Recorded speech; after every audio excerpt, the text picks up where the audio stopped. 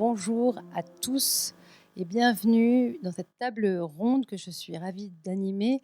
Table ronde consacrée aux violences sexuelles faites aux enfants, protéger et prévenir. Alors c'est un sujet important et si on en parle chez Nathan, c'est parce que la maison d'édition va publier un livre important sur le sujet, un livre qui s'intitule Mon corps m'appartient, un livre qui parle de consentement, d'écoute de l'autre, de respect et d'écoute de soi. J'ai entendu que cette conférence est suivie par un nombre d'inscrits exceptionnel. Vous êtes très nombreux à vouloir écouter ce qui va être dit aujourd'hui. Et je vous confirme que ça va être très intéressant. Si vous ne pouvez pas tout suivre en direct ou si vous connaissez des gens qui ne peuvent pas être avec nous, sachez qu'évidemment, on est filmé, ça se voit, et que l'ensemble sera disponible en replay sur nathan.fr et léa.fr. Vous pourrez aussi poser vos questions. On va converser ensemble. Et puis ensuite, je consulterai les questions qu'on va m'envoyer et je les poserai aux intervenantes et à l'intervenant que je vais tout de suite présenter. On commence avec vous, Isabelle Fioza. Bonjour. Bonjour. Vous êtes psychothérapeute et figure phare de la parentalité positive. Vous avez appris beaucoup de choses aux parents français et vous publiez ce livre avec votre fille, c'est un secret pour personne. Bonjour Margot Fried-Fioza. Bonjour. Vous êtes sexothérapeute et écrivaine et c'est aussi de cette expérience de sexothérapeute que vous parlez et qui vous a servi pour construire ce livre et son propos. Je crois que c'est très important. À vos côtés, Gilles Lazimi. Bonjour. Vous êtes médecin, spécialiste des violences faites aux femmes et aux enfants. Vous vous intéressez au sujet des violences faites aux enfants, parmi lesquelles les violences sexuelles depuis de nombreuses années. Avec vous, on va parler du rapport avec les violences faites en général dans les familles, les violences intrafamiliales, parce que c'est tout un contexte, évidemment, la violence. Et là aussi, la parole doit circuler. Je salue à côté de moi Sylvaine Auberger. Vous faites partie d'une association importante, l'association Les Papillons. Bonjour. On doit signaler que la totalité des droits d'auteur d'Isabelle Fioza et de Margot Fried-Fioza sera reversée à votre association et quand on vous aura entendu, on comprendra évidemment pourquoi c'est important que ces droits vous soient versés et l'équivalent de cette somme sera également versé par Nathan. À vos côtés, Brigitte de Vater-Cardona. Bonjour. Bonjour. Vous êtes enseignante du premier degré et vous êtes l'autrice d'un livret pédagogique qui va bientôt être disponible. On va encore attendre quelques jours. Un livret qui accompagne en quelque sorte le livre pour les enseignants, évidemment, pour ceux qui veulent construire des séquences autour du livre. Ça, on en parlera dans une deuxième partie. On attend Muriel Salmona, qui est psychiatre et s'intéresse depuis longtemps à la question des violences sexuelles. Mais en attendant, on va présenter, et pas seulement en l'attendant, parce qu'on est là pour ça, Isabelle, on va présenter ce livre, ce travail qui me semble extrêmement important. Je l'ai dit, un livre qui doit être présent, d'après ce que j'ai compris en le lisant, dans toutes les écoles et toutes les bibliothèques et qui doit circuler dans le maximum de maisons, parce que l'idée, c'est de faire circuler la parole, les supports. C'est important, Isabelle? Oui, tout à fait. C'est vraiment notre intention, c'est que chaque enfant, chaque adulte, en fait, chaque personne puisse parler beaucoup plus facilement.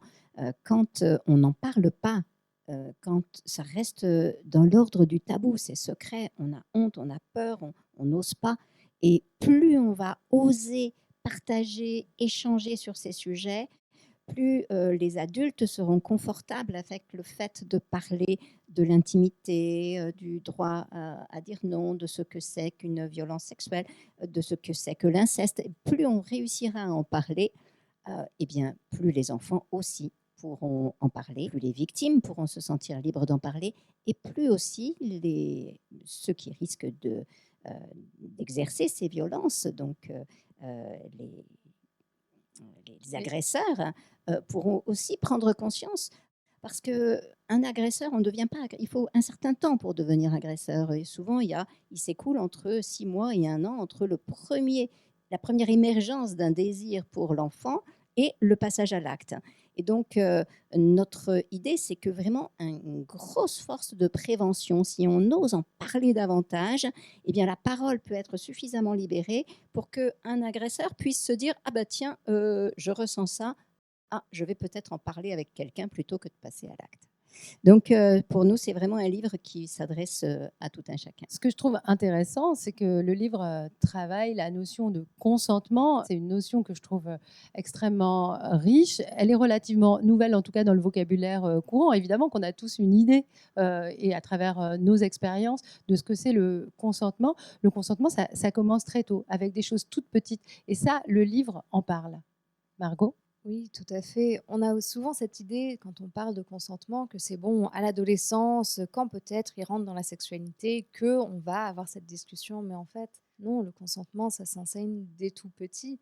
C'est pas juste autour de la sexualité, c'est est-ce que je peux partager mon seau au bac à sable. C'est apprendre en fait la compétence qu'est dire non. Surtout qu'aujourd'hui, quand on parle de consentement, on parle beaucoup du droit au dire non. J'ai le droit de dire non, très très important, fondamental. Mais on ne parle pas suffisamment de comment dire non. Parce que ça, c'est vraiment compliqué dans les moments surtout où on ne sait pas comment faire pour dire non. On a un peu cette pression, l'autre est souvent peut-être plus grand ou on se sent insécurisé. Et vous l'avez dit tout à l'heure, ce livre pour moi a été très inspiré de mon expérience en tant que thérapeute et d'accompagner des personnes qui ont vécu des violences sexuelles et de dire j'ai pas su réagir, j'ai pas compris exactement ce qui se passait. Je comprenais pas ce qui se passait pour moi, je pouvais plus bouger ou alors j'ai fait tout ce qu'il m'a dit mais pourquoi? Et quand on comprend pas nos réactions physiologiques, nos comportements, mais qui partent en fait de l'alarme de stress, de l'insécurité dans notre cerveau, c'est vraiment on se dit: «Mais en fait, c'était de ma faute d'une certaine manière. J'ai laissé faire ou j'étais d'accord» ou tout ça.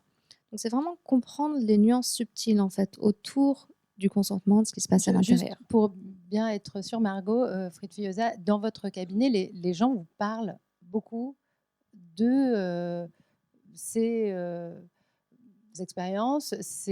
Parfois, ce sont juste des expériences, parfois, ce sont des agressions qui remontent à l'enfance, à la petite enfance parfois. On ne Oui, parle pas tout à d'ado. fait. Là, juste ce matin, j'ai reçu un email d'une femme qui me disait, dès, aussi loin que je peux me souvenir, je pense bébé, à jusqu'à il y a 3 ans, je vivais des violences sexuelles de la part de mon père. Donc c'est pas que là, le livre, en l'occurrence, c'est à partir de 7 ans, mais les violences sexuelles peuvent commencer très, très tôt. Isabelle, on sait que les victimes sont extrêmement nombreuses.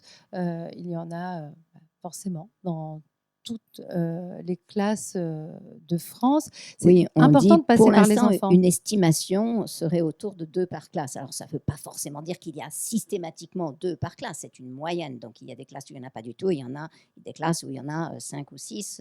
Voilà, forcément, c'est une moyenne. Mais ça veut dire que c'est extrêmement répandu et que nous devons ouvrir les yeux et vraiment permettre, aider tous ces enfants, parce qu'il y a ceux qui le disent et puis il y a tous ceux qui, aujourd'hui, ne le disent pas encore. Alors, ce qui est intéressant avec la notion de consentement, c'est qu'on comprend aussi pourquoi parfois on se sent mal à l'aise. On comprend, je me mets à hauteur d'enfant, mais je crois que je l'ai lu un peu aussi avec des yeux d'enfant. Et vous mettez des mots et des explications qui sont très rationnelles sur ce qui se passe. C'est-à-dire, il y a des solutions, mais il y a aussi une explication quand on n'a pas su réagir. Et finalement, ce travail sur les émotions, c'est toute une culture qui serait une grande évolution pour l'éducation, la culture enfantine aussi.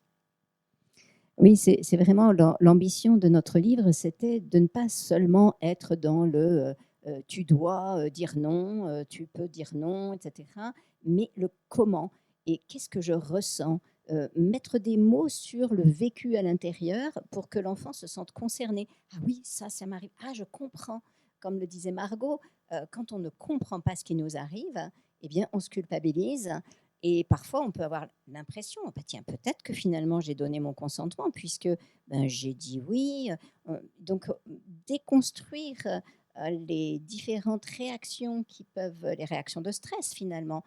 Nous avons tous un système de sécurité et donc on explique ce système de sécurité aux enfants. Système de sécurité, il me dit, ah, ça me fait oui, je me sens en sécurité, ça me fait non, il y a quelque chose qui fait que je ne me sens pas en sécurité. Comment je fais pour le dire, comment je fais pour m'exprimer? Mais quelquefois, eh bien, je n'ai pas su parce qu'il était tellement gentil, parce que tout s'est bien passé, et je me retrouve pétrifiée Et je ne comprends pas, mais finalement, je me suis laissé faire. Ça veut peut-être dire que j'ai dit oui, mais si je me suis laissé faire au début, peut-être que c'est normal.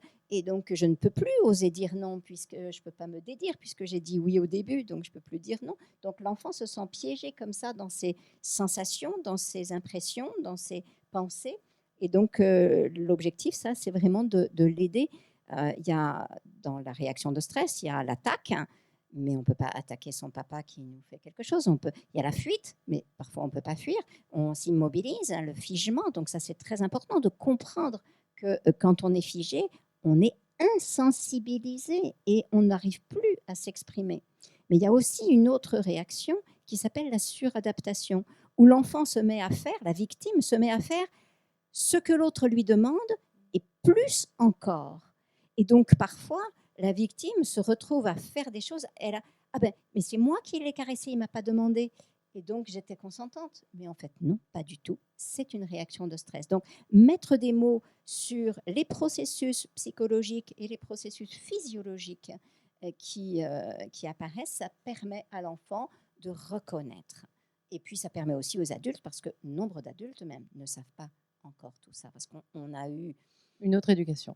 Et voilà, donc c'est pour ça que c'est important. Je vais m'arrêter sur un point que j'ai bien aimé, c'est les secrets, qui veut répondre, les secrets plaisir et puis les secrets toxiques, hein, les secrets bonheur et ceux finalement dont on sent que ce n'est pas du tout le même type de secrets et finalement des secrets qu'on doit apprendre à ne plus protéger. Oui, tout à fait. Je pense que c'est important de faire cette distinction. On les a appelés les secrets bonheur, ceux qui nous font chaud au cœur quand on dit hey, tu sais, je suis amoureuse de. Ou alors, dans l'exemple, c'est un papa qui dit à sa fille ce week-end, c'est l'anniversaire de maman, on va lui faire une surprise, on va à la mer. Ça, c'est des secrets qui nous font chaud à l'intérieur, on les garde. Mais par contre, il y a certains secrets qui ne nous font pas chaud à l'intérieur, qui ne nous font pas du bien, qui nous font nous sentir mal. Et on explique que c'est vraiment important de ne pas garder ces secrets poisons, ces secrets qui nous font, parce que ce n'est pas aider. Et beaucoup d'enfants vont en fait entendre aussi les récits de, ça arrive très souvent, on ose enfin se confier à une amie et on va lui dire, tu sais, moi il m'arrive ça, mais je te le dis à toi parce que je te fais confiance, mais surtout le dis à personne. Et moi dans mes interventions, surtout dans les collèges et lycées, j'ai énormément de jeunes qui viennent me voir à la fin en disant mais en fait, j'ai ma copine ou mon copain, il lui arrive ci, il lui arrive ça, mais il m'a fait promettre de rien dire, qu'est-ce que je peux faire? Et c'est vraiment difficile cette situation-là. Il faut écouter hein, ces sensations, ça c'est très très important dans le livre et d'ailleurs c'est pas mal de s'en rappeler même à l'âge adulte. Il faut écouter ses propres alertes, c'est quelque chose qu'il faut valoriser dans l'éducation et que les enfants doivent s'approprier aussi. C'est à ça que peut servir le livre qui s'adresse à eux d'abord. Et donc tu m'as demandé de garder le secret et je comprends parce que probablement ça te fait très peur ce qui se passe, mais c'est important que je te protège et donc je vais en parler à quelqu'un de confiance. Et donc c'est ça qu'on donne aux enfants, c'est les ressources pour savoir comment faire. Il se passe quelque chose, je ne vais pas laisser l'enfant avec toutes ces émotions confuses à l'intérieur et à ne pas savoir quoi faire et à garder ce secret poison. Donc on fournit les ressources. Gilles Lazimi, ça fait, je l'ai dit, très longtemps, je ne sais pas si vous voulez qu'on parle en décennies ou en années, que vous vous intéressez au sujet, que vous militez pour alerter. Est-ce que pour vous, on est à un moment où les choses changent? On sait que l'affaire PPDA est en train de faire encore beaucoup de bruit avec beaucoup de femmes qui témoignent, même si voilà, la justice fera son travail derrière, mais des gens qui osent s'exprimer. Est-ce que le contexte, avec la Civise aussi, Muriel Salmona en parlera, peut aider l'éducation à mieux s'emparer du sujet et aider les enfants? Alors, ça peut aider la société dans son ensemble, mais on part de pas très longtemps quand même. Si on parle du viol conjugal, c'est 92. Si on parle des violences sexuelles dans le couple comme circonstance aggravante, c'est 2006. Donc, OK, on a beaucoup avancé, on avance encore plus avec cette libération de la parole, mais même libération de la parole, c'est un mot qui est un peu galvaudé, c'est libération de l'oreille, quoi. On se met enfin à entendre les victimes. qu'on n'entendait pas avant et qu'on ne voulait pas entendre. Donc, effectivement, on a beaucoup avancé et on avance de plus en plus. Et c'est vrai que aujourd'hui, il est difficile quand même de détourner la tête ou de ne pas entendre ou de ne pas voir. Et j'aime bien cette phrase que vous connaissez tous, hein, pour élever un enfant, il faut tout un village, et pour le détruire, il faut tout un village, très clairement. Donc ça veut dire qu'on a tous un rôle à jouer et qu'on peut tous le jouer. Et pour le jouer, il faut être formé. Pour le jouer, il faut être sensibilisé. Pour le jouer, il faut aussi déconstruire plein d'idées et d'a priori qu'on a, parce que notre société est une société machiste, une société où on a mélangé violence et sexualité, et c'est la confusion. Hein, c'est la confusion, où on a parlé de droit à l'enfant au lieu de parler des droits des enfants. Et c'est vrai qu'on a beaucoup avancé sur les violences en général, sur les violences faites aux femmes. Hein, et moi, j'ai commencé, je suis médecin généraliste, spécialiste sur les violences, je n'aime pas beaucoup, je suis médecin généraliste et j'ai découvert au sein de ma patientèle des patientes qui étaient victimes de violences, qui ne pouvaient pas le dire, qui ne pouvaient pas le révéler, et parce qu'on ne les questionnait pas sur les violences, et parce qu'elles étaient incapables d'en parler. Quand on ne peut pas parler, effectivement, ça se passe dans la tête ou dans le corps, et ça donne des signes qu'on pouvait voir et que moi je ne pouvais pas voir parce qu'on ne m'avait pas formé. Et c'est en m'intéressant aux femmes victimes de violences et à tous leurs symptômes que je me suis intéressé aussi aux enfants. Et on découvre clairement que le premier lieu d'apprentissage des violences, c'est la famille. Et en matière d'école, et ça il faut vraiment le dire et le rappeler, le premier lieu de signalement, c'est l'école. Hein, donc il faut quand même vous féliciter, vous dire à quel point vous êtes nécessaire, utile, vous faites un super travail. Et ce travail, il faut qu'on le continue encore. Et plus il y a une tolérance de la société qui baisse, plus on parle des violences, plus il y a effectivement cette libération, et plus, j'espère, la justice va suivre. Par exemple, il y a une loi qui a été votée il n'y a que 3 ans, je ne sais pas si vous la connaissez, c'est la loi sur les violences éducatives ordinaires. Cette loi, elle est majeure. On a attendu 2019 pour enfin dire on ne touche pas un enfant. Et effectivement, ça va jouer aussi sur... Mais c'est une question que je veux vraiment vous poser, parce que ce lien entre les violences tout court, qui sont déjà inadmissibles, et les violences à caractère sexuel, les gens ne le font pas forcément. Est-ce que pour vous, ça participe souvent du même contexte? Est-ce qu'il peut y avoir un lien entre la seconde et la première toujours? Il y a un lien, et pour les violences faites aux enfants en matière de sexualité, on sait aujourd'hui, c'est une estimation, on doit à mon avis être très proche, c'est 160 000 enfants sont victimes de violences sexuelles au cours de l'année. 120 000 filles et 30 000 petits garçons. Sur ces violences, 90% sont des proches ou sont dans la famille.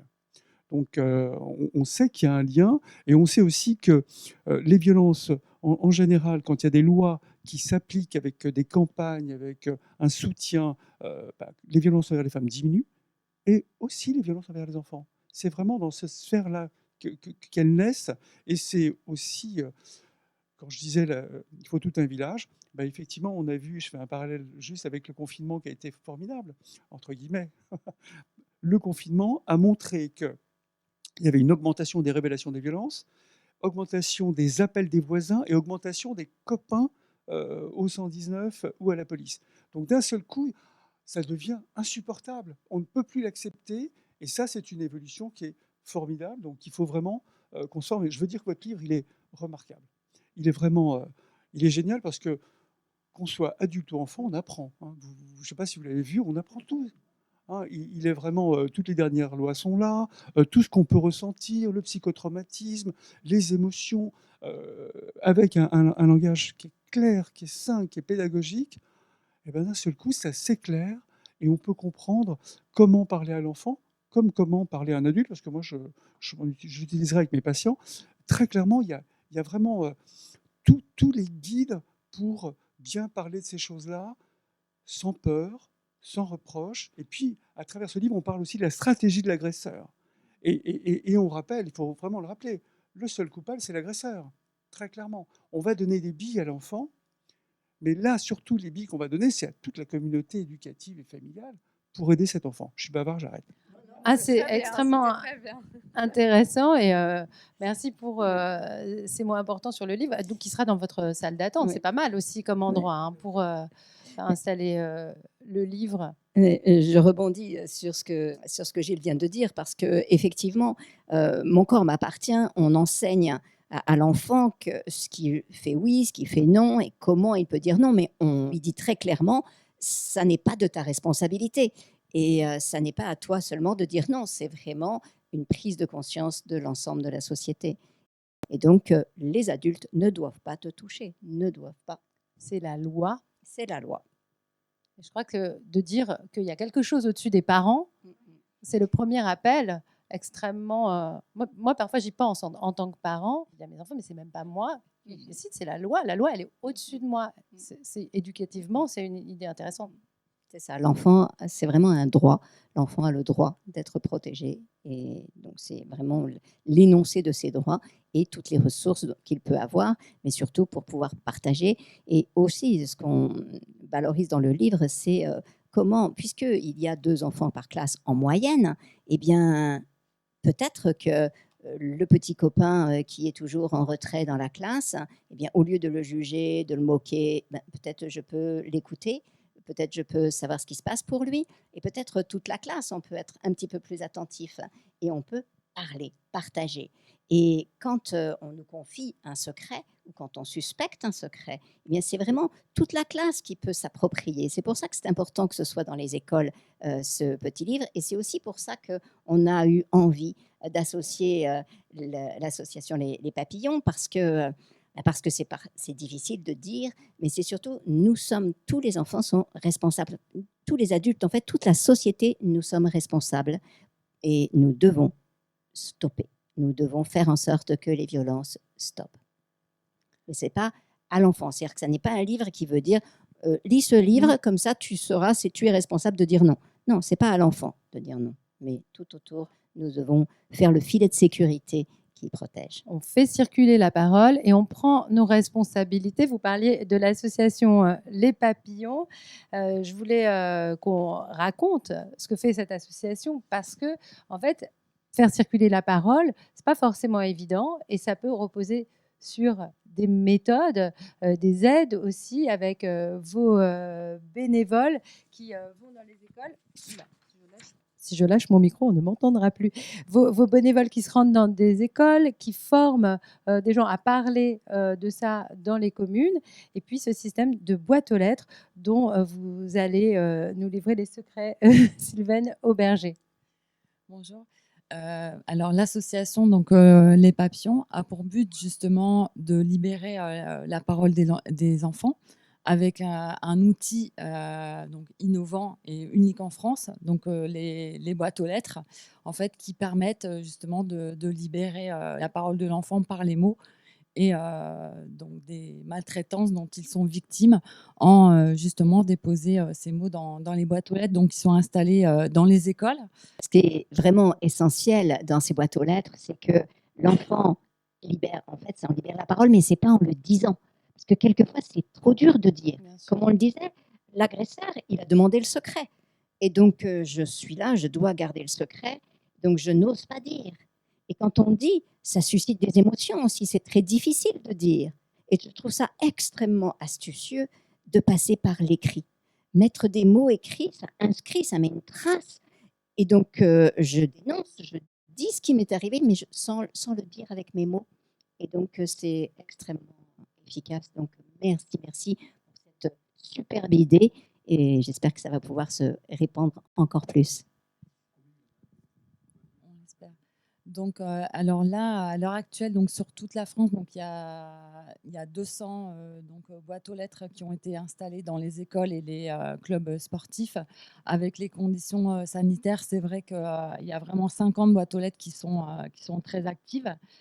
Et donc, ça a permis en fait aussi de faire la sensibilisation des enfants donc dans les écoles et les clubs de sport. Alors, on va s'arrêter un instant pour tout expliquer, parce que la boîte aux lettres, elle ne vient pas comme ça toute seule. On ne pose pas une boîte aux lettres en disant voilà, tout le monde peut laisser son message et en partant. L'association mène un travail plus approfondi de formation, je le disais, des adultes. Alors, vous arrivez avec votre boîte aux lettres, mais comment ça se passe avant pour l'installer?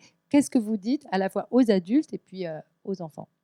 Alors, au départ, lorsque l'association a a débuté. Donc il y avait donc des bénévoles de l'association qui allaient donc à la rencontre des directeurs d'école et des clubs sportifs, donc pour présenter justement le dispositif des boîtes aux lettres papillons. Et donc c'était aux bénévoles et donc de l'association d'aller faire la sensibilisation auprès des enfants et des équipes pédagogiques, donc en leur présentant le projet, donc de dire justement que si les enfants peuvent pas le parler justement pour exprimer ce dont ils sont victimes, qui peuvent donc l'écrire pour libérer leurs paroles, pour les aider et les prendre en charge donc le plus rapidement. Et ensuite donc les bénévoles donc qui font ces sensibilisations donc sont formés par l'association. Et là, donc l'association s'est quand même énormément développée. Donc il y a eu un nouveau dispositif donc depuis là, novembre. Et maintenant, donc l'association en fait est partenaire avec les mairies. Et donc en fait, les bénévoles de l'association donc vont à la rencontre en fait des élus pour proposer donc le pack des boîtes aux lettres. Et c'est la mairie en fait qui nomme, on va dire, un référent. Ça peut être un ASVP, ça peut être quelqu'un de la police municipale, donc qui est formé donc, par l'association et qui va donc récupérer 2 fois par semaine les courriers donc, qui sont mis par les enfants dans les boîtes aux lettres. Bon, il y a un travail de dialogue en classe aussi avec les enfants sur Tout à fait. l'installation. Oui, il y a une, La boîte à donc la il y a boîte une aux lettres. sensibilisation qui est faite donc auprès de l'équipe pédagogique, qui est faite aussi auprès des enfants pour leur expliquer donc l'outil, à quoi ça sert, et donc en leur expliquant donc qu'ils peuvent justement ce qu'ils peuvent pas dire, ils peuvent l'écrire, et ils ont cet outil donc qui est unique en France pour justement libérer leurs paroles. Quelles questions posent les enfants? Les questions, ça peut être, par exemple, est-ce que, par exemple, mon papa ou ma maman peut, par exemple, m'embrasser sur la bouche ou des choses comme ça. Ça va être des questions. Et ils sont aussi assez je veux dire, sensibles à ça, justement par rapport au consentement, ce qu'on peut leur faire ou pas. Et aussi, on s'est aperçu lors des sensibilisations auprès des enfants qu'ils ont entendu déjà. Ça peut être des camarades qui peuvent être victimes de violences ordinaires ou de violences sexuelles également. Il y a aussi donc le harcèlement. Donc, il y a des enfants qui nous disent, voilà, moi dans la classe, par exemple, lui, il va m'embêter. Et donc, on leur explique aussi, quand on fait la sensibilisation, ce que c'est le harcèlement. Parce qu'il y a des enfants, en fait, qui ne savent pas. Et dans ces boîtes aux lettres qui ont été installées, il y a eu donc des témoignages d'enfants, des choses qui sont remontées, qui n'avaient pas été dites Tout à fait. avant. Tout à fait. Alors, c'est vrai c'est beaucoup, en fait, des mots donc par rapport à du harcèlement scolaire. Mais il y a aussi donc des violences dont l'enfant est victime, donc des violences ordinaires donc au sein de la famille, et également donc des violences sexuelles et du cyberharcèlement aussi. Et les mots donc qui sont recueillis donc par les bénévoles de l'association, ils vont vers un pôle d'analyse en fait de l'association. Le pôle d'analyse donc est composé de professionnels. Ça peut être des psychologues, des médecins, des avocats, donc qui sont bénévoles donc de l'association, qui sont tenus donc par le secret et qui vont analyser en fait ces mots, et en fonction de la gravité donc des mots qui ont été recueillis, on va faire donc il y a des informations donc préoccupantes qui sont faites auprès donc des autorités, du procureur de la République, de la CRIP aussi, du département dont les violences ont lieu. Et dans les cas, on va dire moins graves, pour ce qui est, enfin moins grave, je sais pas si on peut, tout est grave en fait au niveau des violences faites aux enfants. Et si par exemple c'est du harcèlement, dans ce cas-là, on se rapproche du directeur de l'école, et donc il va intervenir au sein de l'établissement scolaire pour justement entendre les différentes parties et trouver, apporter une solution en fait à l'enfant. Est-ce que des enseignants, directrices, directeurs qui nous regardent peuvent contacter l'association s'ils souhaitent une intervention ou est-ce qu'ils s'adressent à leur mairie? Comment on fait pour avoir des boîtes papillons? Alors, bien sûr, tout le monde, en fait, peut aller, consulter effectivement le site, de l'association, donc c'est associationlespapillons.org. On a également, sur le site, internet donc, des boîtes aux lettres virtuelles. Donc les enfants, peut-être plus grands donc peuvent, justement, déposer aussi leurs mots sur cette boîte aux lettres. Ça peut être pour eux ou quelqu'un de leur entourage. Il y a aussi donc des parents qui peuvent, aussi, donc déposer, donc des mots, sur ces, boîtes aux lettres virtuelles. Et comme toutes les idées géniales, c'est exactement ce que j'étais en train de penser. On s'étonne que ça ne soit pas, voilà, que ça n'ait pas émergé plus tôt. Ça semble effectivement un très bon outil. Et aujourd'hui, on donne des outils. Et je pense que ce livre, Mon corps m'appartient, en est un outil pour les enfants, un outil pour les adultes. On l'a dit. Alors, il ne va pas forcément venir tout seul dans les écoles bientôt.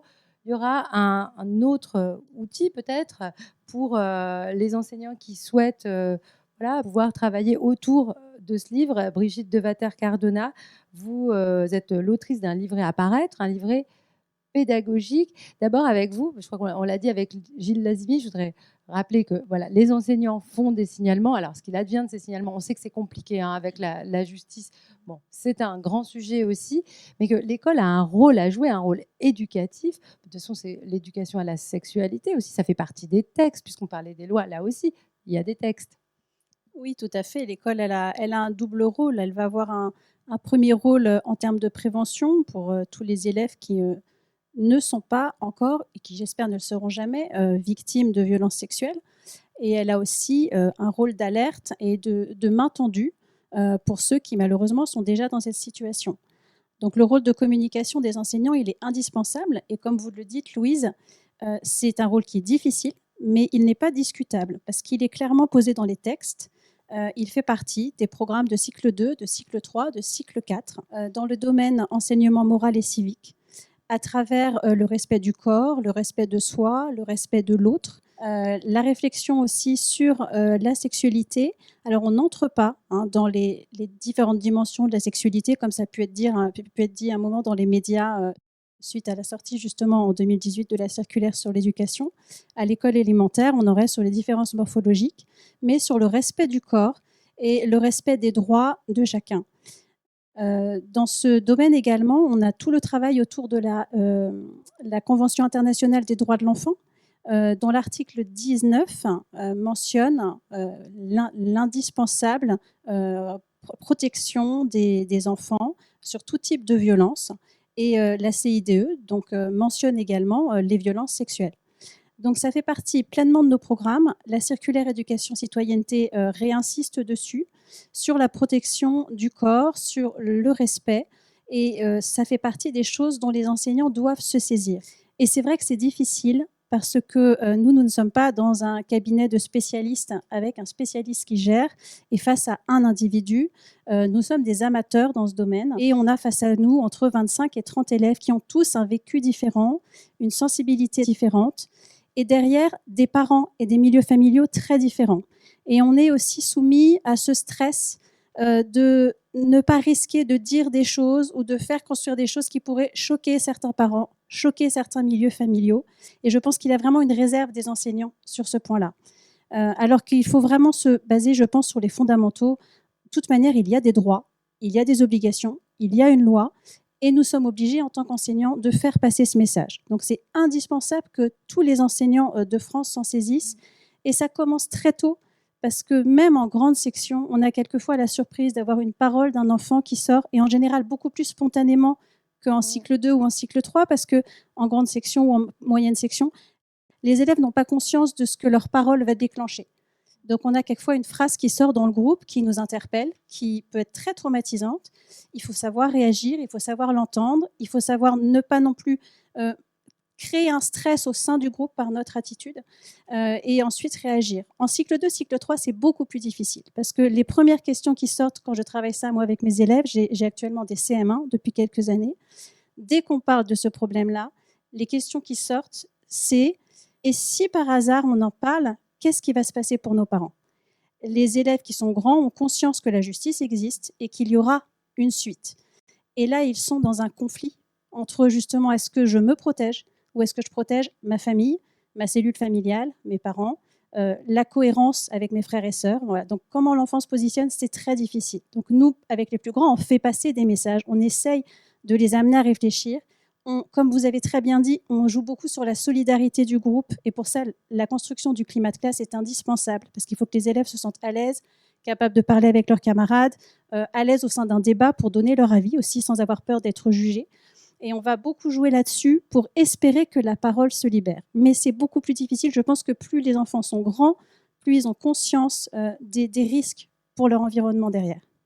Ça veut dire qu'il faut qu'il y ait une culture de l'écoute qui se développe dans toute la société. Et évidemment, ça concernera les enfants. Gilles Lazimi, vous vouliez réagir ? Oui, c'est difficile, on progresse tous. Hein. Bonjour Muriel. On vous accueille. Bonjour Muriel Salmona. Vous ne pouvez pas vous asseoir là comme ça discrètement sans qu'on vous dise bonjour. Vous êtes psychiatre, fondatrice de l'association Mémoire Traumatique et Victimologie, membre de la commission CIVIS, c'est la commission indépendante sur l'inceste et les violences sexuelles. C'est un sujet sur lequel vous travaillez depuis longtemps, sur lequel on vous entend. Et la question toute simple que je vais vous poser, c'est puisque c'est très traumatisant de toute façon de vivre des violences sexuelles enfants, est-ce que le fait de pouvoir savoir qu'on peut être entendu à l'école par des adultes, par ses camarades, ça va compter, ça va aussi compter quand on sait que derrière la justice, c'est compliqué, la police, c'est déjà compliqué. Est-ce que le fait que la parole circule, c'est déjà quelque chose d'important et à quel point pour vous ? Oui, alors c'est déjà énorme. Enfin, si les enfants ne sont pas condamnés à rester seuls, à survivre aux violences et à faire ce qu'ils peuvent, si ils ont cette possibilité d'être reconnus, qu'on légitime aussi ce qu'ils leur parole et puis en effectivement mettant tout en place pour qu'elle puisse advenir, cette parole, que l'on reconnaisse ce qu'ils vivent et qu'on les accompagne, en tout cas qu'on les entoure, qu'on soit solidaire avec eux, qu'on remette le monde à l'endroit, qu'on leur parle du droit, de ce qu'ils ne devraient pas vivre. Tout ça, c'est très important. Et ce qui est aussi essentiel, c'est qu'on leur donne des outils pour pouvoir mettre des mots sur ce qui leur arrive. Parce que souvent, les enfants, ils ne les ont pas, ces mots-là. Ou alors, ils ont les mots que des agresseurs, que de ceux qui vraiment les maltraitent, les agressent. Donc, il faut pouvoir peser de l'autre côté, faire pencher la balance pour dire le droit, pour dire la réalité, pour dire que les enfants doivent être protégés de toutes ces violences, et aussi pour dire, alors ça c'est aussi pour ce pourquoi je me bats et tout mon travail là actuel, c'est pour leur donner aussi des outils pour comprendre leurs réactions. Parce que souvent, les enfants traumatisés, ils ont une quantité de réactions qui va générer une incompréhension autour d'eux, générer aussi une incompréhension d'eux-mêmes vis-à-vis de... et qui va plutôt être des symptômes qui sont plus des conséquences normales et universelles des violences, mais qui vont être retournés contre eux. C'est-à-dire qu'on va, on va les juger sur leur comportement, on va même considérer que même quand ils essayent de parler, leur parole n'est pas crédible à cause de ça. Donc c'est vraiment très important de pouvoir dire mais c'est normal que tu aies réagi comme ça, c'est normal que tu n'aies pas pu dire non par exemple, puisque que tu n'aies pas pu échapper à ce qui s'est produit, c'est normal que tu sois comme ça déconnecté de tes émotions, que tu puisses que tu aies des troubles, que plein de troubles, des cauchemars, enfin tous ces éléments-là qui sinon donnent l'impression à l'enfant que c'est lui qui dysfonctionne. C'est vraiment au cœur. C'est-à-dire, plus il a accès à des informations pour dire ce qui se passe, c'est-à-dire quelles sont les violences, qu'on n'a pas le droit de les commettre, que c'est bien parce qu'il est petit qu'on se permet aussi de commettre ces violences, mais qu'il a des droits, qu'on est là pour le protéger, et puis qu'on est là à le comprendre, enfin, et à lui donner des outils pour se comprendre et pour faire tout ce qu'on peut pour le protéger, le Mais secourir et le protéger. parmi tous les sujets dont on a parlé, alors on a parlé de ces outils, de ces choses à savoir dès tout petit sur ces réactions qu'on peut avoir qui paraissent étranges, mais en fait qui sont extrêmement explicables. Puisque on parle du consentement, la loi sur le consentement, elle est à peine en train d'évoluer, c'est-à-dire le consentement des enfants. C'est considérer qu'on ne peut pas être consentant. Oui. Quand on est un enfant, finalement, c'est tellement récent. Et ça, cette évolution, c'est tellement choquant même de se dire que c'est maintenant, que c'est enfin en train d'arriver. Je pense que dans la commission, à la Civis, vous devez entendre beaucoup de choses. Est-ce qu'on fait un saut culturel ou est-ce que finalement même on est encore en train de considérer du côté des adultes que le consentement des enfants, c'est quelque chose de flou? Non, en fait, c'était très particulier parce que je pense que nous, on avait fait une enquête à propos du seuil d'âge de consentement. Les gens étaient tombés des nues de savoir qu'il n'y en avait pas. C'est-à-dire que c'est tellement évident, c'est tellement impensable qu'il n'y ait pas de seuil d'âge du non-consentement. C'est-à-dire qu'il n'y ait pas, qu'on ne puisse pas considérer qu'un enfant, de toute façon... 7 ans consent, en gros, voilà. à une agression. Donc il y a eu toutes ces affaires autour d'enfants qui pouvaient avoir 11 ans avec des adultes de 21, de 27 ans. Enfin, ça a ému, mais vraiment toute la population, en quelque sorte. Et toute la population était parfaitement d'accord. Là-dessus, il n'y avait pas du tout d'hésitation du côté de tout le monde. C'était vraiment la loi qui était la loi française, qui était quand même catastrophique à ce niveau-là. Alors déjà, on pouvait l'appliquer, mais il n'y avait pas de seuil d'âge du non-consentement. Elle n'était pas là. Alors, on pouvait appliquer la notion de contrainte, de surprise, mais c'était toujours la définition très du aléatoire. viol, aussi. Voilà, c'était toujours très aléatoire. Il fallait prouver cette contrainte, cette menace surprise. Et puis, comme effectivement, vis-à-vis d'un enfant, on n'a absolument pas besoin d'exercer de violence. De toute façon, l'enfant est tellement sidéré et soumis à l'autorité de l'adulte que du coup, c'était très facile du côté de la défense de considérer que non, les faits n'étaient pas qualifiés. Donc là, ça a changé la donne, puisque maintenant on a un seuil d'âge du non-consentement à 15 ans et en situation d'inceste à 18 ans. Donc ce qu'on demandait. Alors bon, il y a quelques éléments qu'il faudra encore améliorer parce qu'il y a des restrictions, mais ça, en tout cas, ça permet malgré tout d'avoir un discours encore plus clair vis-à-vis des enfants. Mais c'est vrai que quand je discutais même avec les plannings, les PMI, en fait, ce discours-là, il était déjà donné à l'enfant. Que de toute façon, on n'avait pas le droit. Parce que de toute façon, expliquer à un enfant l'atteinte sexuelle, l'atteinte sexuelle, c'était que s'il subissait des actes sexuels et qu'il n'était pas prouvé qu'il y avait eu contrainte, menace, surprise, violence, il était considéré comme, effectivement, par rapport à la loi, comme consentant, mais que c'était interdit, parce que ça a toujours été interdit en dessous de 15 ans, hein, bien entendu. Non, mais après, ce qui est surprenant et parfois violent, c'est de voir l'issue de certains procès. Oui, parce que du coup, ça permettait des situations effarantes. Et puis, ça permettait, aussitôt que, bien entendu, la défense était quand même assez agressive et que les enfants ne pouvaient pas être vraiment bien protégés en tant que partie civile, plus les enfants étaient vulnérables, plus on pouvait effectivement classer les plaintes ou on aboutissait à des non-lieux, des déqualifications de faits ou à des relax ou des acquittements. Mais alors ça devrait changer.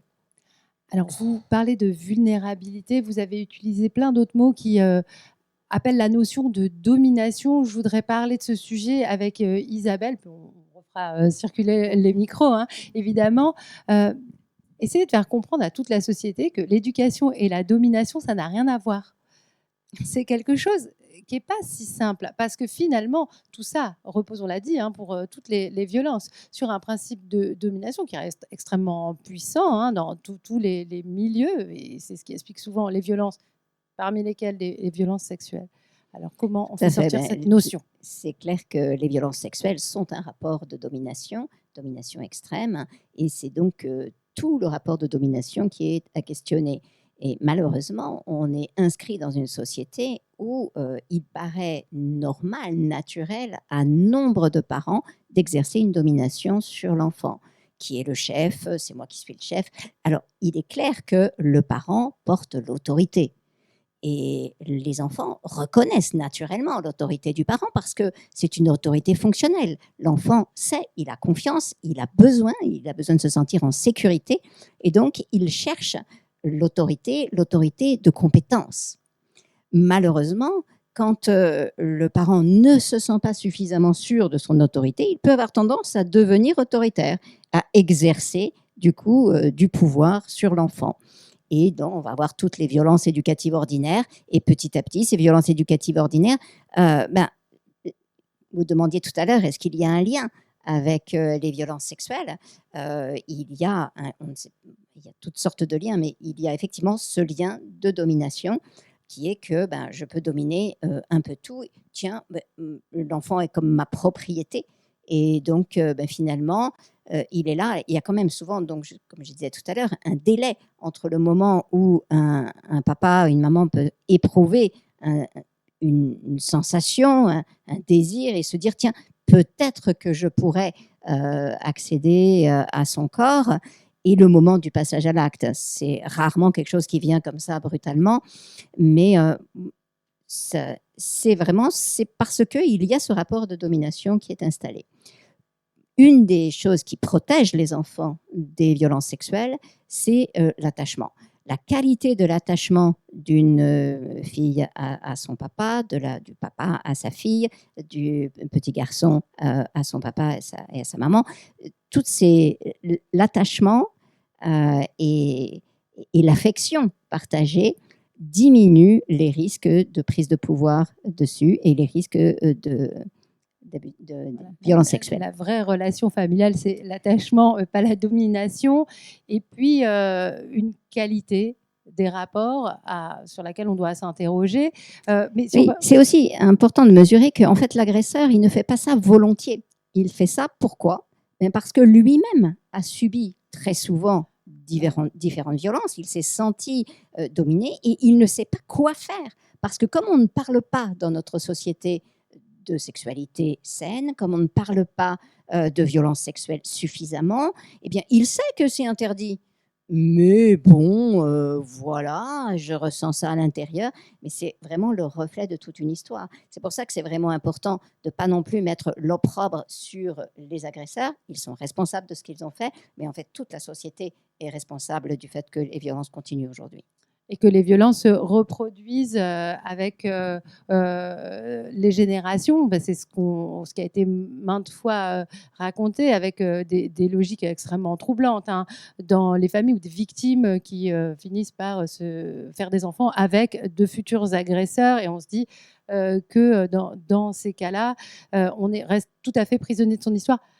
Des deux côtés, mais puisqu'on parlait de domination et d'éducation, quel discours tenir à l'école sur cette question, la place des adultes par rapport aux enfants, sans, vous avez parlé des familles, sans être trop intrusif sur la manière dont les parents éduquent leurs enfants. Quelle parole on tient? Comment on explique ça aussi aux enfants? C'est quelque chose de difficile parce qu'on est dans une société vraiment multiculturelle. Et le mode d'éducation, il est beaucoup lié à la culture d'origine de la famille. Et on a ce même problème pour les violences physiques en général. Nombre de parents considèrent qu'éduquer son enfant, oui, c'est sortir la ceinture, c'est s'il fait une bêtise. Le positionnement de l'école, de l'enseignant, ça va être de toute manière de se repositionner sur la loi. La loi française dit que non, il n'y a aucune violence. Et maintenant, la loi française dit que non, il n'y a plus de fessées. Donc effectivement, on a même apporté ce discours-là en tant qu'enseignant, à être très rigoureux là-dessus. Donc c'est une éducation des parents. Il faut en parler, ce n'est pas les pointer du doigt ou les dénoncer. On ne court pas chez l'assistante sociale quand on a un premier geste de violence. C'est pas du tout la démarche des enseignants. Mais par contre, faire venir les parents, en parler avec l'aide du directeur, expliquer le fonctionnement de la loi maintenant et encourager les parents à s'y plier en disant que quand même on est alerté par ce qui se passe dans la famille et que donc on va être vigilant. Et c'est vraiment, je crois, en dehors de toutes séquences qu'on peut faire sur le sujet, qui sont vraiment indispensables et qu'il faut mettre en œuvre, cette capacité de l'enseignant à être vigilant à tout moment de l'année, à tout moment de la journée, dans un couloir, dans la cour de la récréation, dans la classe. Une attitude, un regard, une phrase d'un enfant doit nous interpeller. Alors encore une fois, ça ne veut pas dire qu'on déclenche un signalement derrière, pas du tout. Mais on note dans un petit coin en disant, tiens, un tel, quand j'ai commencé à parler de coups, il a baissé les yeux. Un tel m'a glissé telle petite phrase. Je note pour commencer à me dire, il y a peut-être une attention particulière. Un élève qui me dit, j'aime pas du tout aller chez mon tonton et mon papa il veut tout le temps que j'y aille, mais j'aime pas y aller, j'aime pas dormir dans sa chambre. On note, voilà, on est vigilant sur toutes ces choses-là. Ça ne veut pas dire que le tonton est un agresseur, mais il faut avoir un regard vraiment très vigilant parce qu'on sait qu'ils sont là, qu'ils sont nombreux, qu'ils sont invisibles. Et donc, le travail ensuite avec la famille, ça va être, quand on peut, de les aider en termes d'éducation, mais à la fois sans risquer de les alarmer, puisque si on considère qu'il y a une situation alarmante, l'enseignant a interdiction d'en parler aux parents. Il n'est pas question de prévenir les parents en disant « votre enfant m'a dit que ceci, ceci, ceci », parce que là, la logique, évidemment, pour le parent, ça va être de tout nier en bloc, et ensuite de faire pression sur son enfant pour que la parole de l'enfant disparaisse. Donc quand on a une vraie certitude, surtout, on n'alerte pas la famille, et là, on fait un signalement au niveau de l'assistante sociale. Et vous avez tout à fait raison, alors les assistantes sociales sont très présentes, on a un réseau très clair, les assistantes sociales attitrées à nos écoles, mais il nous manque des psychologues scolaires, il nous manque plus d'associations qui interviendraient, il nous demande des vraies formations pour les enseignants, parce que là, on est très axé sur les fondamentaux, mais si ça, c'est pas fondamental pour notre société, on se demande où est le critère des fondamentaux. Voilà. Merci pour ces propos très forts. Je crois que tout le monde est d'accord avec vous sur ces fondamentaux. J'ai déjà beaucoup de questions. Je n'étais pas en train de regarder mes textos personnels, mais les questions qu'ont posées les gens qui nous regardent, on va continuer à discuter en faisant circuler ces interrogations. Par exemple, sur ce chiffre, on a parlé d'une occurrence en moyenne 2 par classe. On nous dit c'est énorme. D'où viennent ces chiffres, Muriel Salmona? Est-ce que vous voulez répondre à cette question? Je pense que vous pouvez nous le dire. Oui, les chiffres viennent d'enquêtes de victimation. C'est-à-dire que c'est des grandes enquêtes que l'on fait auprès de la population générale. Alors, ce sont des enquêtes auprès d'adultes à qui on demande s'ils ont subi des violences sexuelles enfants. Donc là, on a des chiffres vraiment importants qui arrivent. Alors, on savait déjà au niveau international que c'était un enfant, une fille sur 5 et un garçon sur 13. Et les chiffres là qu'on a avec les enquêtes de victimation en France donnent à peu près des résultats qui sont assez proches, en sachant que pour la moitié de ces enfants-là, il s'agit de situations d'inceste. Donc,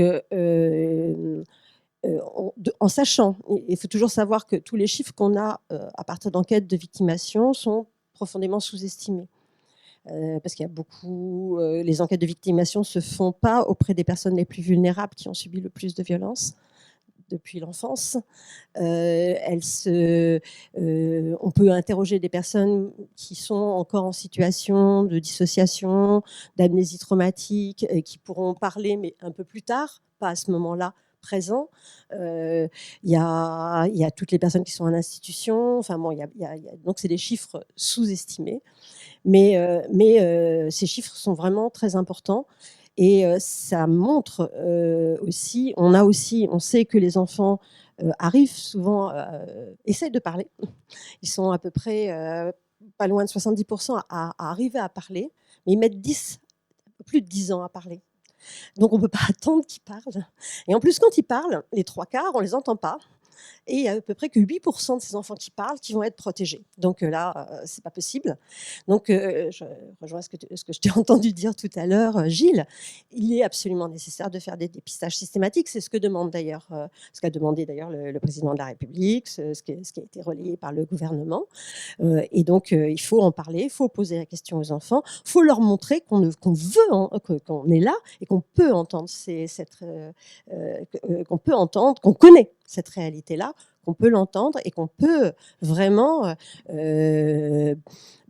recueillir cette parole et les aider, les accompagner. Et puis, bien entendu, aussi, ces violences sont extrêmement traumatisantes. Elles ont des conséquences très importantes sur le développement de l'enfant, sur sa scolarité, sur sa santé mentale, physique, avec des conséquences qui peuvent s'aggraver au fur et à mesure des temps. Tout ça, ça peut être évité si on prend en charge très tôt les enfants. Mais il va falloir aussi leur apporter des soins et une prise en charge. Et ça, cette prise en charge, là aussi, il faut la développer. Là, c'est aussi une nécessité politique. C'est un problème de santé publique majeur, humain et politique majeur. Donc, il faut aussi développer, parce que ça, je pense que tout le monde sait à quel point les délais sont inconcevables.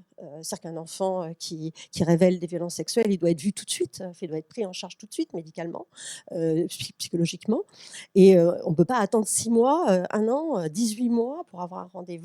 Il faut que ce soit des prises en charge spécialisées.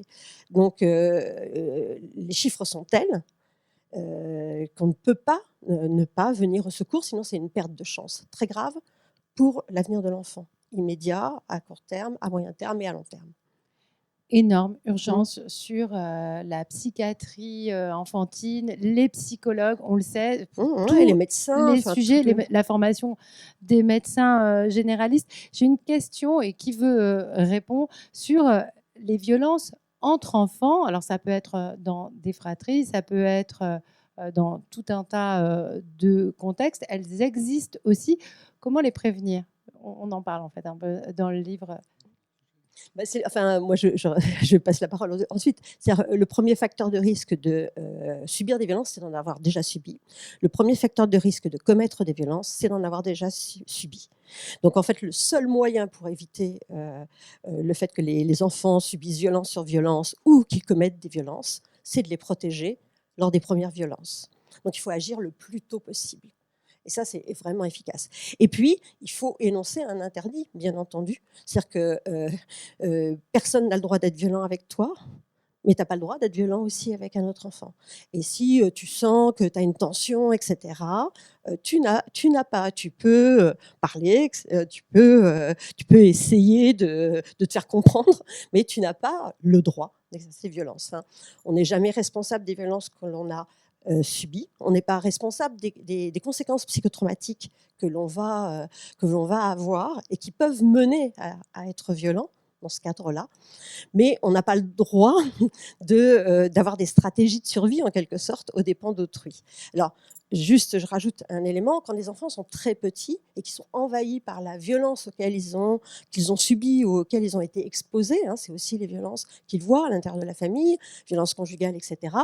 Un enfant qui a, comme ça, été témoin d'une violence extrême, il est à l'école, il y a un cri, il y a une chaise qui tombe, il part en vrille, il peut se mettre à hurler, à taper sur tout le monde, comme il a vu son père taper sur tout le monde.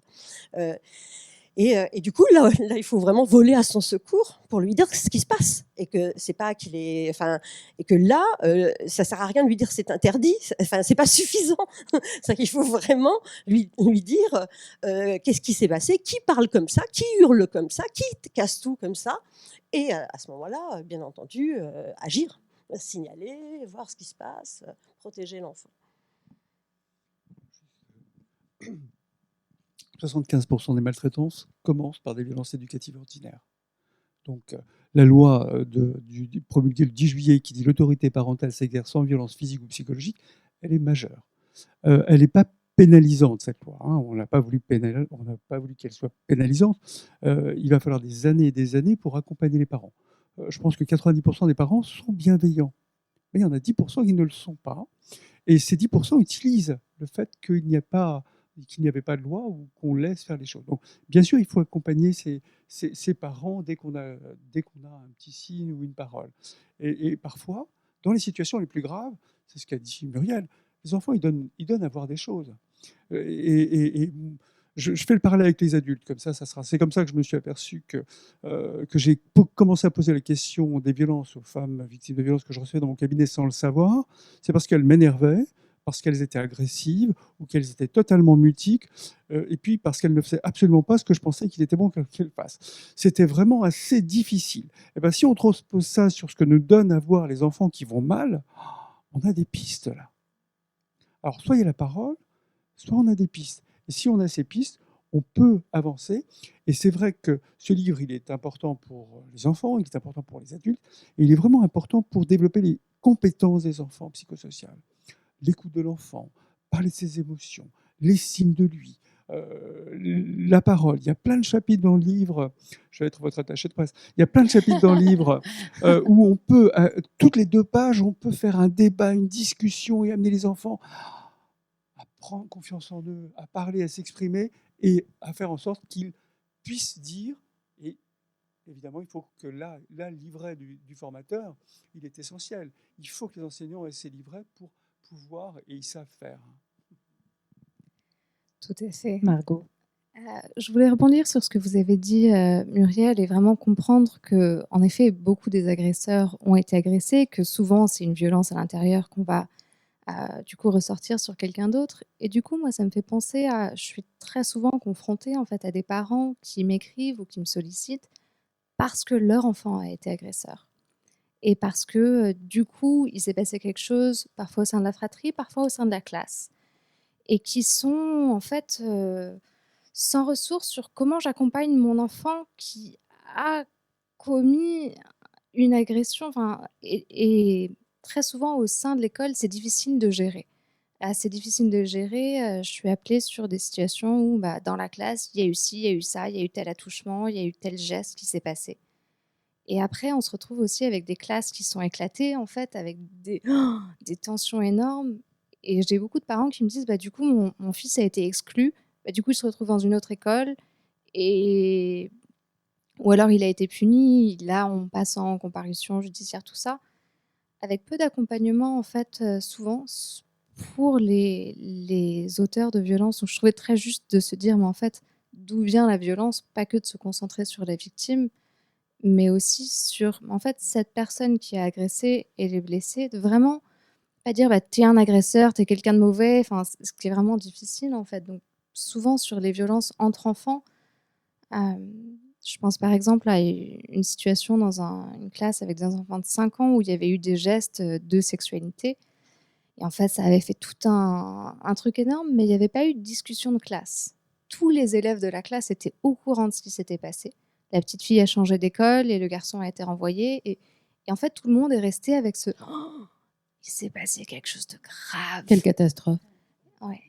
Et du coup, je pense que c'est vraiment important, quand il y a des situations comme ça, de pouvoir en parler, de parler en groupe, de faire intervenir, bah, parfois un thérapeute, parfois un expert, une association, pour faire de la médiation aussi entre ces élèves, donc ça dans ces classes, mais aussi dans, enfin, plusieurs endroits où, quand il y a quelque chose qui se passe, souvent entre élèves, entre enfants, ça reste pas sous silence. D'ailleurs, c'est la caractéristique du harcèlement scolaire. Le harcèlement scolaire ne peut exister que dans la mesure où tous les autres élèves le savent. C'est-à-dire que c'est invisible aux yeux des adultes, mais c'est visible aux yeux de tous. Le harcèlement scolaire, ça arrive quasiment jamais qu'entre 2 élèves dans la cour et personne d'autre le sait. Et le harcèlement scolaire est très, très lié aux violences sexuelles aujourd'hui, surtout avec la banalisation de la sexualité, du porno, de tout ça. On voit des élèves qui font des pratiques qu'ils ont vues sur un challenge TikTok ou je sais pas quoi. Mais tout ça, ça parle aussi de la dynamique de groupe, en fait. Donc je pense que quand il y a des violences entre enfants, c'est toute la dynamique de groupe qu'on a besoin de travailler quand ça se passe à l'école. Alors, pour rester sur les enfants potentiellement agresseurs, ce que je trouve, mais je voulais poser une question à Isabelle rapidement.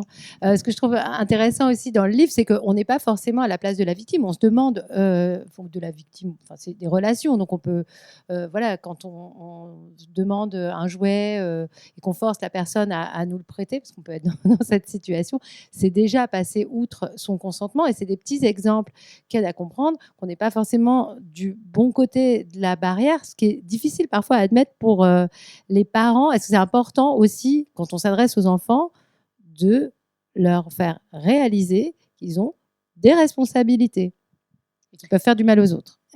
Oui, tout à fait. C'est vraiment important d'enseigner à l'enfant les conséquences de ses actes. Et c'est une des problématiques avec l'éducation un peu traditionnelle à l'ancienne, où on punissait les enfants quand ils avaient fait quelque chose de mal, plutôt que de leur enseigner la responsabilité. Une punition, ça a énormément d'inconvénients, et notamment, ça déresponsabilise. Ah, j'ai été puni, j'ai payé, c'est fini, mais voilà, maintenant je peux le refaire. En plus, quand je suis puni, waouh, comme ça veut dire que j'ai tenu tête aux adultes, donc j'ai toute une cour autour de moi, je gagne en estime sociale générale dans la classe. Donc voilà, la punition est vraiment probablement une des choses qui va aggraver toutes les situations. Mais donc, enseigner à l'enfant les conséquences de ses actes et enseigner aux enfants à respecter, c'est quoi la limite d'autrui? C'est quoi respecter autrui? Mais comment je fais? On lui dit, tu dois respecter tes amis. Mais quoi exactement je respecte? Comment je respecte? Et donc, voilà, on donne aussi quelques outils là sur la bulle de sécurité, sur comment je sais que l'autre consent ou non. Et donc, vraiment, on enseigne non seulement à l'enfant ce qu'il peut faire pour ne pas être victime, mais aussi, on enseigne, vous avez raison de le souligner, aux enfants comment je peux ne pas agresser, parce que très souvent, on agresse finalement sans se rendre compte, parce qu'on n'a pas encore cette culture de vérifier le consentement de l'autre, et ça se passe effectivement dans des toutes petites choses. Mais vraiment, je reviens encore sur ce que soulignait Muriel Salmona, parce que c'est vrai que trop souvent, à l'école, à la maison, les enfants qui ont des comportements débordants sont culpabilisés, pointés du doigt, on les punit, on dit « toi, ça n'est pas bien, tu es un mauvais élément » et ils sont mis de côté alors qu'ils ont besoin d'aide, ils ont besoin de soutien. Et s'il y a cette émergence d'un comportement débordant, eh bien, c'est probablement qu'il y a une blessure. Et donc, autant les autres enfants ont besoin de comprendre ça, ce copain-là, il n'est peut-être pas débordant pour rien, qu'est-ce qui se passe dans son cœur? Et les enseignants ont besoin d'être formés aussi, accompagnés là-dessus. Je me permets de reprendre le micro parce que ça, c'est vraiment un sujet qui me passionne, surtout ce qui est climat de classe autour de ça. Et c'est vrai qu'un enfant qui déborde, un enfant qui d'un coup va faire une colère ou qui va s'énerver contre un autre élève, qui va être violent, qui va avoir des mots injurieux, souvent, il suffit de le prendre à part 2 minutes, le temps que les autres, on les met au travail, et on se met dans le couloir avec lui à la porte et on lui dit simplement « Mais qu'est-ce qui se passe? Qu'est-ce que tu ressens pour réagir comme ça ?» Et en fait, les enfants sont en général totalement déstabilisés par cette intention individuelle qu'on va leur poser, et puis cette question de « Qu'est-ce que tu ressens ?» Parce que beaucoup d'enfants sont incapables de mettre des mots sur ce qu'ils ressentent. Et dans les programmes de l'éducation nationale, on insiste beaucoup sur les émotions, être capable de les identifier, de les nommer, et du coup de les exprimer de manière mesurée. Alors non pas pour la joie, mais bien sûr la colère, l'énervement. Là, on va apprendre à exprimer ces émotions. Et le fait de consacrer ce petit moment de parole individuelle avec l'élève qui ne va pas être « t'es insupportable, j'en peux plus, tu vas ailleurs », mais plutôt « mais qu'est-ce qui t'arrive ? Ça me préoccupe de te voir comme ça, je m'inquiète de toi. Est-ce que tu veux qu'on en parle un petit peu ? Ou est-ce que tu as envie de te mettre un petit peu au calme au fond de la classe, te reposer au coin bibliothèque, simplement quelques minutes. Tu souffles un coup. Et déjà, l'enfant va être en capacité de s'apaiser parce que l'intention, elle est bienveillante, mais elle est vigilante.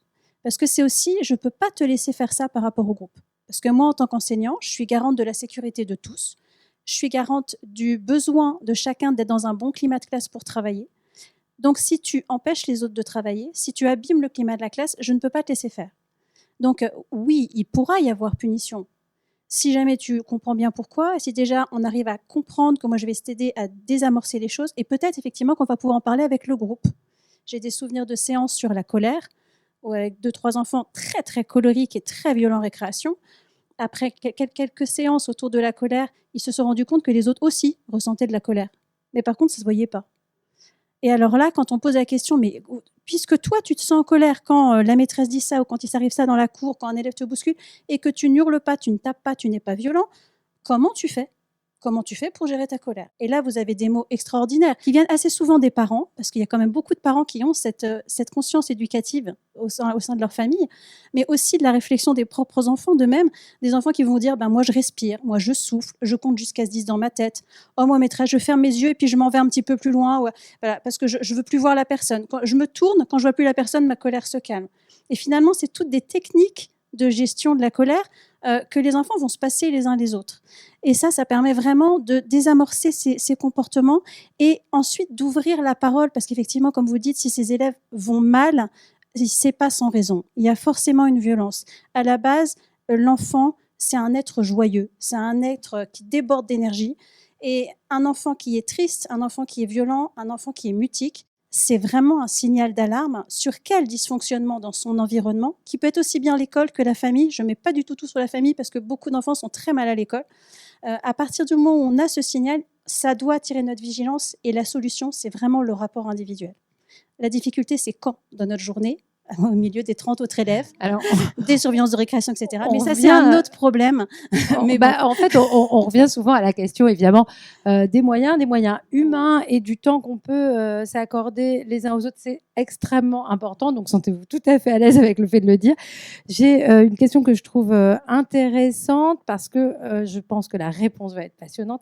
Est-ce que la prévention ne crée pas un sentiment de méfiance et de peur et un risque de mal-être pour les enfants et ensuite en tant qu'adulte? Moi, je ne partage pas tellement cette question, mais c'est souvent évoqué. Si on parle de ces sujets, on va créer un problème. Je veux dire, travailler sur l'émotion, travailler sur l'émotion, travailler sur l'estime de soi, travailler sur la joie, travailler sur le bonheur d'apprendre, de faire ensemble. Ça, c'est des éléments essentiels. Et c'est par ce biais-là qu'on va rentrer, parler du corps, par exemple. Il y a plein de petits dessins dans le livre, il y a plein de petites choses formidables qui sont à discuter avec les enfants et qui vont leur permettre d'être. On tient compte d'eux. Ils sont l'objet vraiment, ils sont la chose la plus principale. D'un seul coup, leur donner à parler, à exister, c'est génial pour un enfant. Et à partir de là, on va pouvoir parler de ce qu'on ne fait pas, de ce qu'est la loi. Et c'est comme ça qu'on ne va pas arriver, par exemple, à un moment donné, on parlait de sexualité, les gens ont pensé qu'on allait parler de sexualité dans les classes, pas du tout. On parle de la relation, on parle des sentiments, on parle des choses majeures, essentielles de la vie, et c'est pas de choses... voilà, c'est par ce biais-là qu'on va parler des violences. Et les enfants parlent très bien des violences. Hein. Ils savent ce que c'est que les coups. Hein. Oui, c'était Muriel Salmona. là-dessus. Et aussi parce que j'appuie cette question parce qu'il me semble que ça revient souvent. On accuse en fait les gens qui parlent de violence, et parfois même les victimes, de casser l'ambiance. Et c'est ce qui se passe dans les familles. Dorothée Ducy en a très bien parlé. Parce que ça gêne les situations, les systèmes agresseurs et les situations où il y a de la violence. Enfin, voilà. Et puis, faut pas sous-estimer les enfants. Ils connaissent la violence depuis tout petit. Ils la voient. Ils entendent les informations. Enfin, ils sont pas protégés de tout. Dans tous les contes, on en parle. Partout, on en parle. Ils la vivent. Donc, on parle de ce qui est forcément ce qu'ils vivent. Et je voulais rebondir par rapport à toute la notion d'émotion, etc., sur le fait que, alors on parle des enfants difficiles, etc., mais les enfants qui sont en train de subir des violences, qui en subissent tous les jours. Ils ont des mécanismes de sauvegarde qui se mettent en place, traumatiques, et ils sont totalement anesthésiés émotionnellement. C'est-à-dire que c'est un mécanisme que le cerveau met en place qui fait qu'ils sont déconnectés de leurs émotions. Et ces enfants-là, ce n'est pas en leur apprenant les émotions que ça va fonctionner. C'est pas qu'ils ne connaissent pas les émotions, c'est même pas qu'ils ne peuvent pas mettre de mots sur des émotions, c'est qu'ils Ils sont privés de leurs émotions. Et que là aussi, il faut que tout le monde connaisse ces processus de dissociation, et aussi les autres enfants, parce que d'une certaine manière, ce qu'on sait, c'est que être dissocié est un facteur de risque extrême de subir des maltraitances et des violences. Ça, être dissocié dans une cour avec des enfants qui vous bousculent et vous ne réagissez pas, qui commencent à vous attaquer, etc., vous réagissez pas, et bien de toute façon, il est trop bête, ou il n'en a rien à faire, ou on peut y aller. Donc c'est aussi par rapport à la notion de consentement, c'est pas juste un non, c'est non. Il faudrait qu'il y ait un oui, mais franc et éclairé. Les Québécois disent quand c'est pas oui, c'est non. Voilà, c'est ça. Parce que sinon, les enfants, la plupart du temps, effectivement, surtout ceux qui déjà ont subi des violences, vont pas du tout pouvoir organiser leur défense, pas pouvoir réagir, et pas pouvoir signifier aussi aux autres enfants qu'ils ne veulent pas la situation. Donc il faut vraiment donner des outils à tout le monde. Et si on commençait déjà à donner tous ces outils, que les enfants comprennent parfaitement. C'est-à-dire que quand j'ai des enfants, moi je prends en charge de 3 ans, 4 ans, 5 ans, à qui on explique les mécanismes psychotraumatiques, la sidération, la dissociation, la mémoire traumatique, mais ils comprennent très bien, souvent même mieux que les adultes, parce qu'ils ont moins de stéréotypes en tête qui les empêchent de penser les choses. Et du coup aussi, tout de suite, ils disent « Ah oui, mais alors tel enfant, dans telle situation », ils voient plein de situations. Du coup, ça c'est clair. Et si tout le monde a ces connaissances-là, on va arrêter de passer à côté des enfants qui sont les plus en danger. Parce que les enfants qui sont les plus en danger, c'est ceux souvent qui sont dans leur coin, dont on ne parle pas, dont personne ne se préoccupe, et dont on ne pense pas une seconde qu'ils peuvent vivre des choses terrifiantes. Donc c'est aussi ces éléments-là qui rentrent en ligne. Je ne voudrais pas plomber l'ambiance, mais quand même, je vais vous parler. Allez-y. À un moment donné, on a parlé des enfants agresseurs. On a suivi 60 enfants agresseurs sexuels qui nous avaient été adressés par des juges en pré-sententiel ou en post-sententiel. Donc, c'est des mineurs qui vont agresser sexuellement soit des enfants, soit des adultes, soit des personnes âgées. Et je ne vous détaille pas l'horreur de ce qu'ils ont pu faire. On a pris ces enfants en groupe, on était 2 médecins, 2 éducateurs, et en groupe de 4 ou 6. Et on les a vus à 5 séances, mais 3 séances où on leur montrait des petits films. Et la première séance, on leur montre une situation qui est à peine évoquée d'un petit garçon qui ne veut plus aller au foot. Banal, ça. Hein. Et si les parents disent « Mais si, il faut que tu ailles au foot, vas-y, c'est pas possible, on a payé l'inscription, et puis l'entraîneur, il est tellement sympa. » Ces enfants-là, spontanément, ont tout compris. Ils nous ont détaillé ce qui allait se passer, qui n'était pas montré dans le petit film qui dure 1 minute. Ils nous ont décrit tous les symptômes du psychotraumatisme.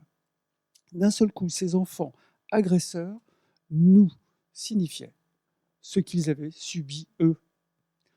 Ensuite, on leur a montré un deuxième film sur un jeu de société où, là aussi, un jeu de société où il va se mettre en place une situation d'agression de la part d'un adulte sur un enfant.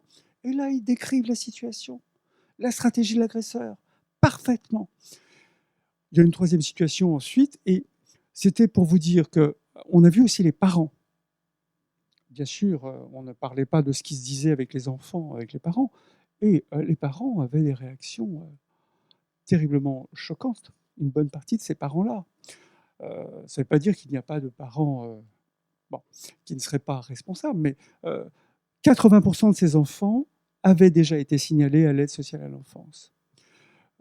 80% de ces enfants avaient été victimes de violences physiques, de violences sexuelles. Ces enfants-là, qu'on voyait, ces 60 enfants en présententiel qui avaient été agresseurs, on a refait un grand nombre de signalements et on a demandé aussi le placement de ces enfants. Car les laisser dans ces familles, c'était continuer à ce qu'ils soient à nouveau agresseurs et à nouveau agressés.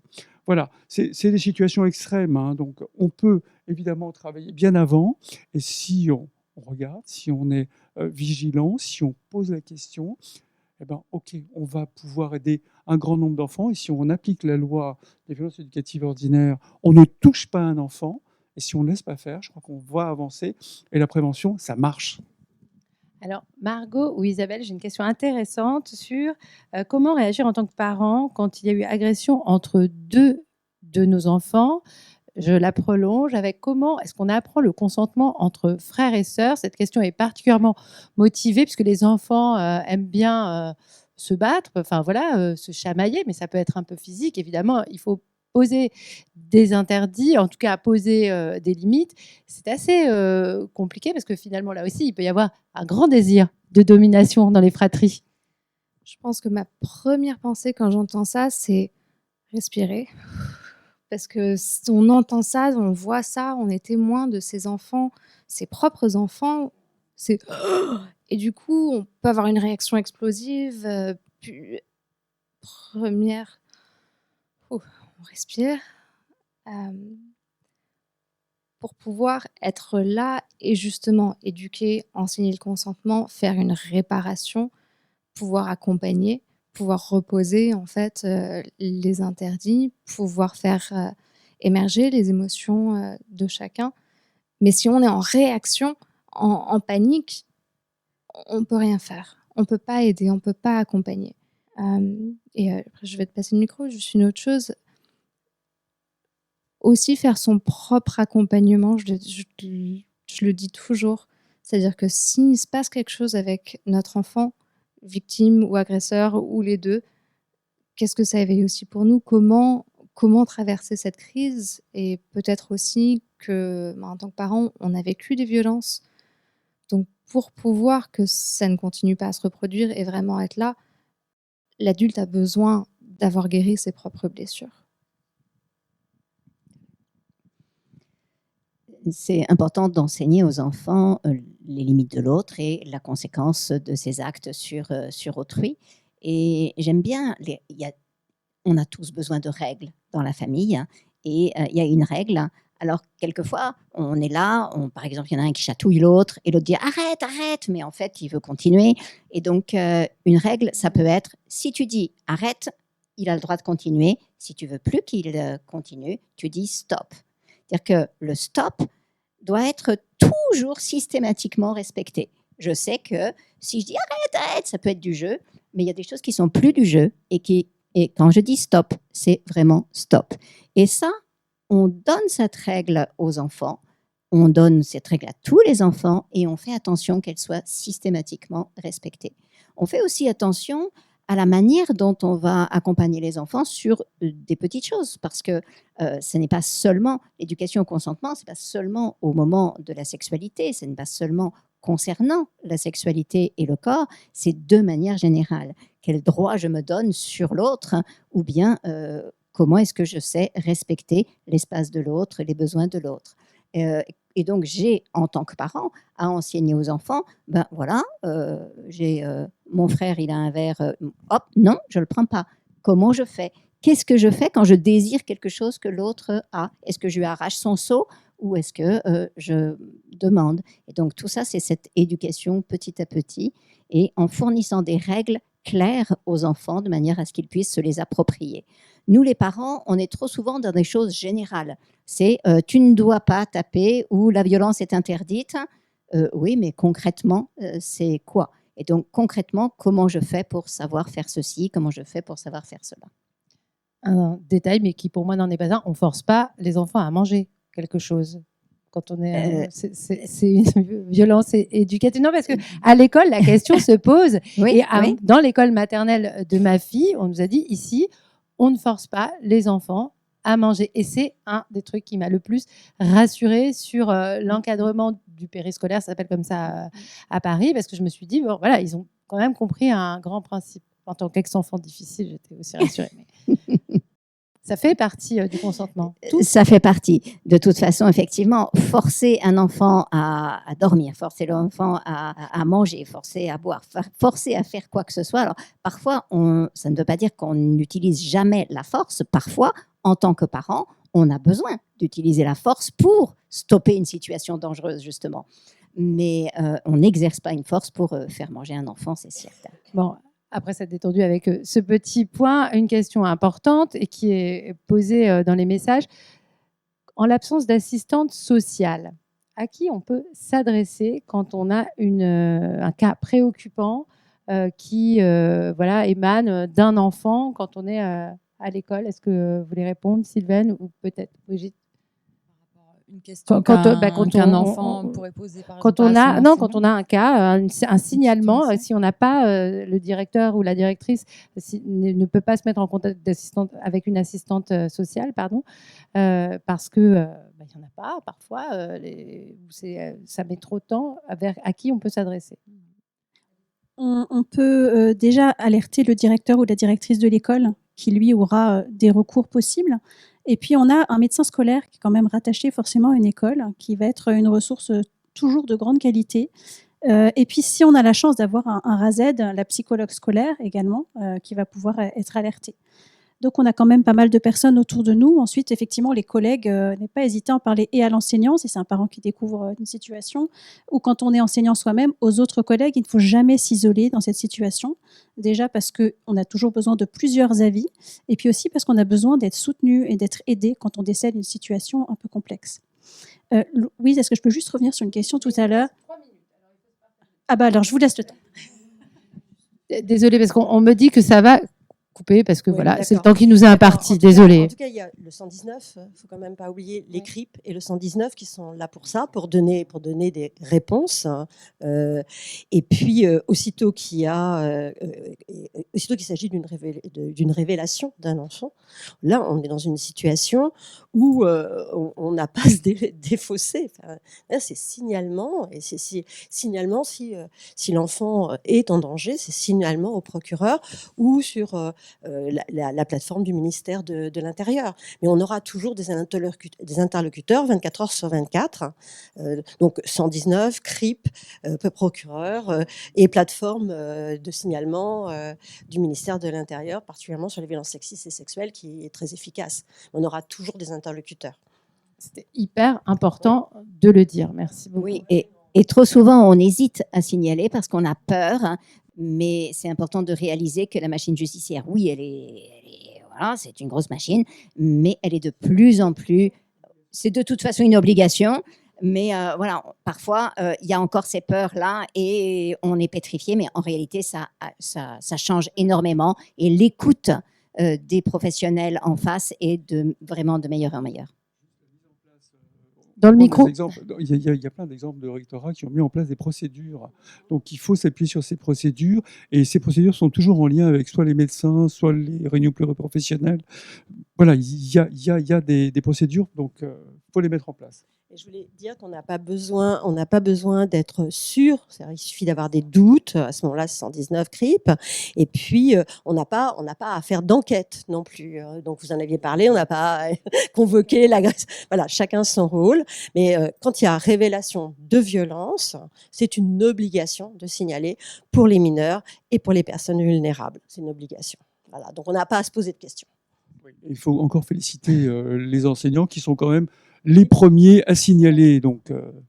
Et qui protègent les enfants, ce qui était aussi l'objet de notre discussion, des enfants à qui on peut donner des clés pour comprendre comment fonctionne le consentement, pour acquérir du savoir, c'est important, et puis connaître mieux nos émotions. Ça fait partie du savoir et de l'éducation pour nous aussi, les adultes. Merci beaucoup à tous. Merci pour ce livre, Margot Fried-Filleuzat et Isabelle Filleuzat. Merci à tous pour votre participation. C'était extrêmement intéressant. Et donc, on peut revoir cette table ronde. La table était un peu rectangulaire. On peut la revoir sur nathan.fr et léa.fr. On peut la partager aussi. Merci pour votre attention et pour les questions.